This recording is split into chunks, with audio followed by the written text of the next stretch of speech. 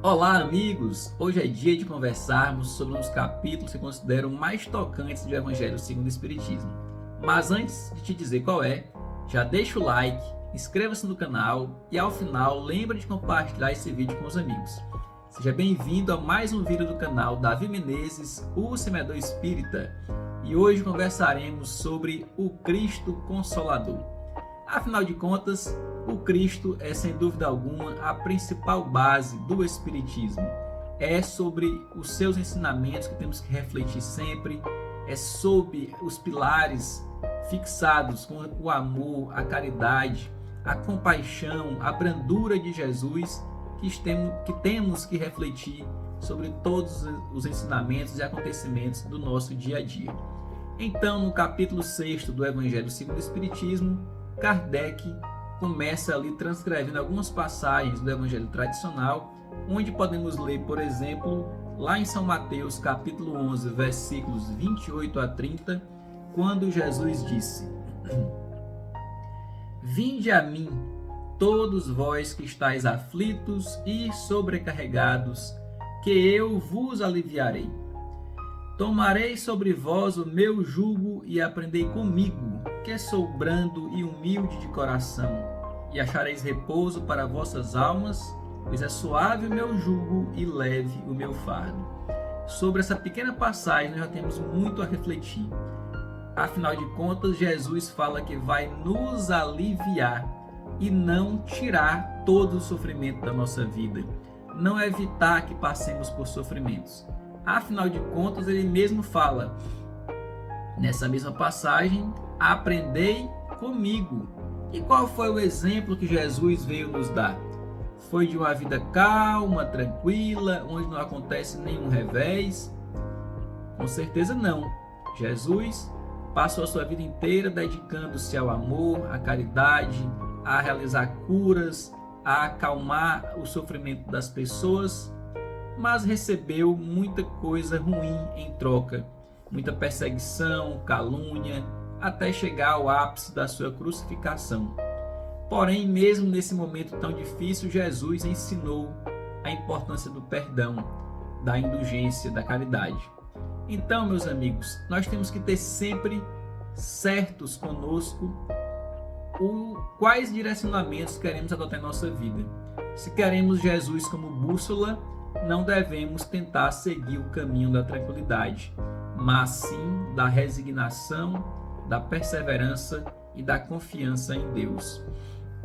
E Jesus diz ainda que quem o seguir achará repouso para as almas. Veja bem, não é de repouso para o corpo que ele está falando, de repouso para as almas, pois quem vai ao seu encontro encontra também esse consolo, essa redução da aflição. Porque quando sabemos o motivo do sofrimento, isso nos dá ânimo para seguir adiante.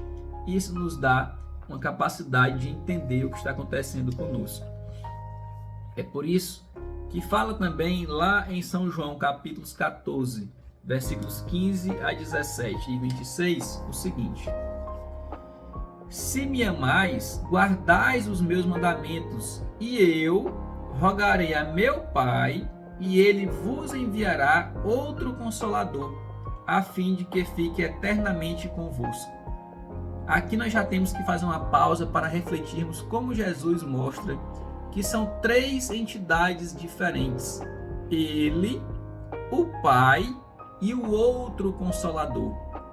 Então, embora com todo respeito às outras religiões, especialmente a Igreja Católica, que acredita na Trindade Santa como sendo um único ser, Deus, Pai e Filho, apenas uma coisa só, Pai, Filho e Espírito Santo, não é entidade só.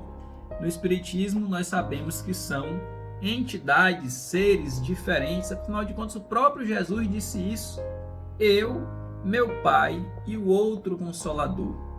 E nós entendemos também que esse outro Consolador é o Espiritismo, o conjunto de espíritos superiores, liderados por Jesus e com a sua permissão, que veio ao mundo e continua vindo trazer mensagens de conforto, de esperança, e de compreensão diante dos motivos dos nossos sofrimentos. Porque pior do que sofrer é não saber por que está sofrendo. Afinal de contas, nós aceitamos no nosso dia a dia passar por muitas dificuldades por um objetivo maior. Quem é pai e mãe, por exemplo, passa constantemente por muitas dificuldades, por muitas angústias, por muitas ansiedades, pelo fato de ter colocado no mundo filhos que são seres que nós amamos tanto e a quem devotamos tanto desejo de coisas boas. Então, quando eles sofrem, nós sofremos juntos, mas aceitamos passar por esse sofrimento em busca de uma causa maior, que é de colaborar com Deus aí na educação desses espíritos que vêm reencarnar através da nossa missão de paternidade e de maternidade. O mesmo nós observamos também em relação a atletas profissionais, por exemplo, que se submetem a diversos regimes, tanto alimentares como de exercícios, que são extenuantes, que exigem muita renúncia, mas com um objetivo maior de alcançar a conquista, a glória no seu esporte. Do mesmo modo, pessoas que seguem carreiras acadêmicas e que passam anos e anos estudando, renunciando à convivência com a família, renunciando a horas de lazer e de descanso para produzirem suas dissertações de mestrado, suas teses de doutorado, e aquele sofrimento todo ele aceita com esse objetivo maior. E os espíritos que todos nós somos, devemos aceitar, nesta condição de ser eterno, o sofrimento que vem para a nossa vida, que Deus permite, como forma de estimular em cada um de nós o nosso potencial de resignação, de esperança, de virtudes de um modo geral. Quando entendemos assim, sabemos que essa existência agora, por mais que esteja nos trazendo sofrimentos, são sofrimentos temporários e que visam nos levar para Deus, que visam reconciliar a tranquilidade da nossa consciência diante dos erros que cometemos em vidas passadas. E aqui diz o seguinte, no Evangelho segundo o Espiritismo: o Espiritismo vem finalmente trazer a consolação suprema aos deserdados da terra e a todos que sofrem, atribuindo causa justa e fim útil a todas as dores. Então, eu vou deixar aqui um cardzinho no vídeo, aqui acima, para que você possa assistir, caso não tenha assistido ainda, a nossa palestra anterior sobre causas atuais e anteriores das aflições, para que possa entender melhor o motivo desses sofrimentos que enfrentamos no nosso dia a dia. O Espiritismo mostra a causa dos sofrimentos nas existências anteriores e na destinação da Terra. Prossegue aqui no Evangelho segundo o Espiritismo. E também mostra o objetivo dos sofrimentos, apontando-os como crises salutares que produzem a cura e como meio de depuração que garante a felicidade nas existências futuras. Então agora é o momento de pagarmos nossas dívidas passadas e de prepararmos nossas existências futuras de mais êxito, de mais tranquilidade, conforme o esforço e as realizações que consigamos empreender nesta atual existência. É por isso que precisamos compreender isso, que nós estamos aqui não apenas para passear, para ter uma vida de tranquilidade sem nenhuma intercorrência. Ao contrário, precisamos estar o tempo inteiro recebendo estímulos diversos para que assim consigamos avançar. Porque afinal de contas, como fala Joana de Ângeles, lá no livro Jesus e o Evangelho à luz da psicologia profunda, feliz aquele que opta por experimentar o bem-estar no momento em que respira e entende, desditoso aquele que, conhecendo a forma para tornar-se pleno, posterga a oportunidade, aguardando os impositivos inevitáveis da sujeição e do sofrimento para resolver-se pelo adquirir o que rejeitara anteriormente. Então, meus amigos, devemos aproveitar as oportunidades que surgem no nosso dia a dia para, desde agora, realizarmos coisas boas para o próximo e da nossa reforma íntima também. Caso não aproveitemos esse momento, maiores cotas de dores e sofrimentos serão necessárias para fazer desabrochar em nós esse desejo de transformação moral. E ela conclui falando, Joana de Ângeles: ante os desafios mais vigorosos e as situações mais inclementes, não desistir dos ideais de beleza, não ceder espaço ao mal, não negociar com as sombras, permanecendo-se verdadeiro, luminoso, de consciência reta, decidido. Eis a sua proposta conforme ele próprio viveu. Então essa é a lição maior de Jesus, de conservarmos sempre esse desejo de nos trilharmos o caminho do bem, sempre amando e servindo ao próximo.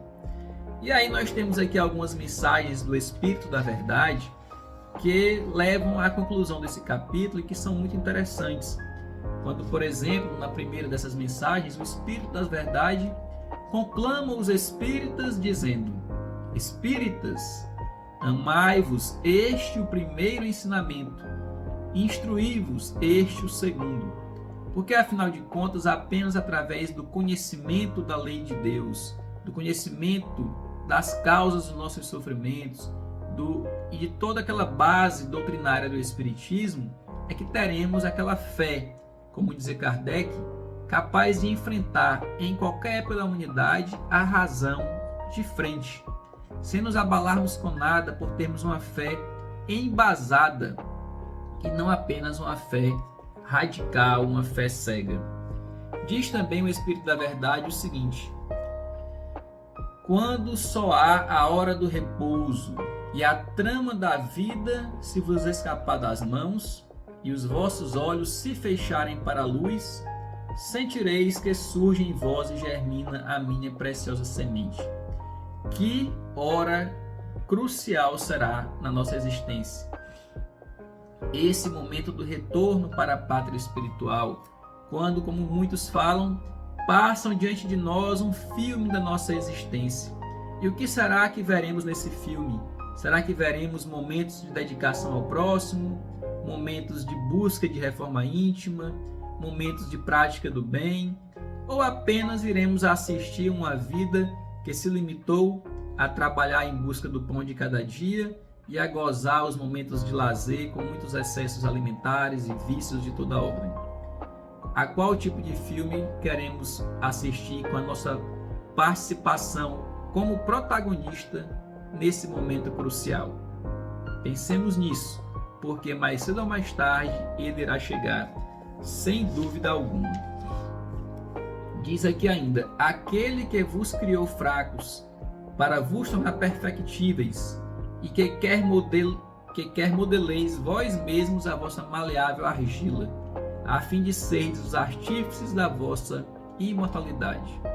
Portanto, Deus não nos criou perfeitos, porque Ele quer que nós sejamos os artífices, os construtores da nossa pureza espiritual, para que tenhamos o mérito e a alegria de vermos as conquistas que alcançamos ao longo dessas várias encarnações. Porque quão satisfatório é, após um período de esforço, observarmos a obra concluída. Traz muito mais alegria nós conseguirmos algo com o nosso próprio esforço do que quando apenas nos dão de mão beijadas, não é verdade? Então assim também é em relação à evolução espiritual. O Espírito da Verdade também diz o seguinte: sou o grande médico das almas e venho trazer-vos o remédio que vos há de curar. Aqui já fica claro, meus amigos, para quem não sabe, que o Espírito da Verdade é, na verdade, o próprio Jesus Cristo, que veio entre nós mais uma vez. E ele prossegue falando: os fracos, os sofredores e os enfermos são meus filhos prediletos. Venho salvá-los. Vinde, pois, a mim, vós que sofreis e vos achais oprimidos, e sereis aliviados e consolados. Não busquei alhures a força e a consolação, pois que o mundo é impotente para dá-las. Então, quantas vezes estamos passando por dificuldades, por dores e sofrimentos e queremos encontrar alegria no mundo, nos gozos e prazeres mundanos, nas farras, nas festas, nas viagens, nas realizações materiais. É verdade que esses momentos podem nos trazer alegrias temporárias, mas a verdadeira felicidade só vai ser criada dentro de nós quando nós bebermos daquela água que jamais deixa de nos dessedentar, que é a água trazida da iluminação espiritual pelo nosso Mestre Jesus. Nós podemos encontrar essa fonte inesgotável de amor, de paz, de esperança no Evangelho de Jesus, principalmente no Evangelho segundo o Espiritismo, porque ele vai aprofundar, atualizar e nos explicar muitas passagens do Evangelho tradicional que às vezes lemos diante de tantos símbolos e por ser também normalmente uma redação truncada, bem resumida, deixa de nos sensibilizar em certas ocasiões. Já o Evangelho segundo o Espiritismo nos dá um arcabouço maior e nos explica melhor essas situações que estamos enfrentando, além de trazer novos conhecimentos que tinham inclusive sido prometidos por Jesus na época em que ele veio, quando ele disse para os discípulos que naquela ocasião não poderia nos dizer tudo, mas que depois iria chegar o outro Consolador. E ele está entre nós aí, já caminhando para quase 200 anos, que é o Espiritismo. Finalizando nossa reflexão de hoje, vemos aqui a última passagem do Espírito da Verdade, quando ele diz: a abnegação e o devotamento são uma prece contínua e encerram um ensinamento profundo. Ou seja, é importante termos nosso momento de oração, de conversa com Deus, mas a prece mais importante é a prece trabalho em favor do próximo, é a prece caridade em favor daquele sofredor, é a prece compreensão em favor daquele que nos ofende, é a prece perdão em benefício daquele que nos persegue. E diz o seguinte: o sentimento do dever cumprido vos dará repouso ao espírito e resignação. O coração bate então melhor, a alma se asserena e o corpo se forra aos desfalecimentos. Por isso que o corpo tanto menos forte se sente, quanto mais profundamente golpeado é o espírito. Então, meus amigos, aceitemos sempre essas dificuldades que surjam na nossa vida como oportunidades que Deus nos concede para a nossa evolução espiritual. Eu sei que para todos nós, quando passamos por sofrimentos, por dificuldades e dores, é difícil lidar com esses obstáculos que surgem. Muitas vezes o desespero quer se acercar de nós, mas busquemos elevar o nosso pensamento a Deus. Busquemos voltar o nosso pensamento para Jesus, que lá no momento extremo da crucificação demonstrou como devemos lidar com as dores que surgem, sempre com fé, com resignação e com esperança. Então, que a paz de Deus, a paz de Jesus, fique com todos vocês, dando aí um período de paz, de equilíbrio e de muito esforço no bem, tá certo? Esta é a minha mensagem de hoje. Deixe seu like, inscreva-se no canal, compartilhe com os amigos e no final do vídeo vou deixar outras opções de conteúdo para você assistir e continuar aí acompanhando o nosso canal, que é feito com muito carinho para você, tá bom? Fique com Deus, muita paz e até a próxima.